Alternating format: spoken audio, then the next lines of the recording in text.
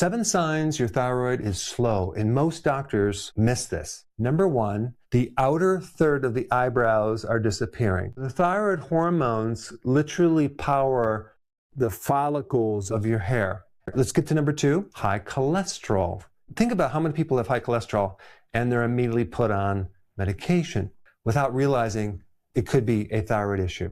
All right, next one is you wake up with your face puffy. It's a thyroid issue that's trapping water within the proteins underneath the skin. Number 4, carpal tunnel syndrome. Your body becomes more swollen and it holds fluid in different tissues. Well, it's going to hold more fluid in the tissues around the medial nerve on your wrist. Number 5, depression or anxiety. Over 50% of people with a slow thyroid develop depression as their primary symptom. All right, number 6 is headaches or migraines. A slow thyroid really can lock up your muscles, especially in the back part of the neck, which then create tension, headaches, and even migraines. And number 7 is cold. I want to talk about the temperature test that you can easily do in the morning to rule out a slow thyroid. One of the biggest ways they diagnose your thyroid is with this hormone right here called the thyroid stimulating hormone.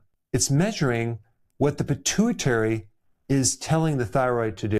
48.5% of the people tested with a subclinical low thyroid, they were diagnosed incorrectly. And they also found 31.2% that were diagnosed with slightly elevated thyroid hormones were found normal. Typically, the thyroid hormone is between 0.5 and 4.5. But if you're like over 60, it can actually go much higher. If you're female, it can go higher. If you're white versus black, it can be a little bit higher. So now the question is, what do you do if you have a slow thyroid? Let's get to that next. So if you're ever going to test the thyroid, make sure you get a complete thyroid panel. Yes, you can check thyroid stimulating hormone, but don't just go by that. Also look at free T4, free T3.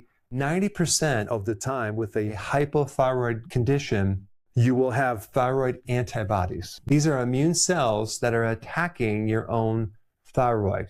This is going to show up. And if this does show up, you have Hashimoto's. If you don't have these antibodies and you just have, hypothyroidism, then the protocol is going to be a little bit different. So let's start with the most common Hashimoto's. The trace mineral that I would highly recommend is going to be selenium. Selenium has been found to decrease these antibodies, also help you convert T4 to T3. And I would recommend taking 200 milligrams per day. I'm also going to recommend vitamin D3. I would recommend at least 30,000 IU per day. Why? Because vitamin D is one of the most powerful things to help with an autoimmune case. Also, when you take vitamin D, you might want to take the cofactors as well. And that would be zinc, K2, and magnesium. That's a side note. Removing gluten from your diet is going to be super important. And also, to reduce even more inflammation, you want to do intermittent fasting. Let's switch over here. Let's say you don't have these antibodies. It's just a hypothyroid case.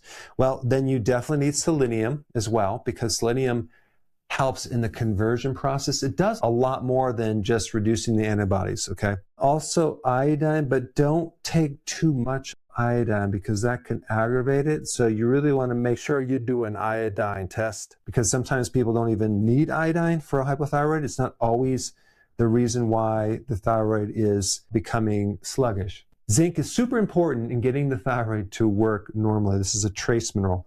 Magnesium, it's a cofactor to help the thyroid as well. And then also, this liver needs to be healthy for T4 to convert to T3, the active form. And sometimes when people have their gallbladder removed, that creates a bile deficiency, and now they also cannot convert this that well. So taking bile salts at the end of the meal can greatly help this conversion process. So in other words, there's a couple different pieces of this puzzle that you might need to address. Here's another piece. If you're going through a lot of stress, estrogen can inhibit the thyroid function. Hormone replacement therapy, birth control pills, consuming a lot of soy products, Also, if your insulin is too high because you're eating too many carbs,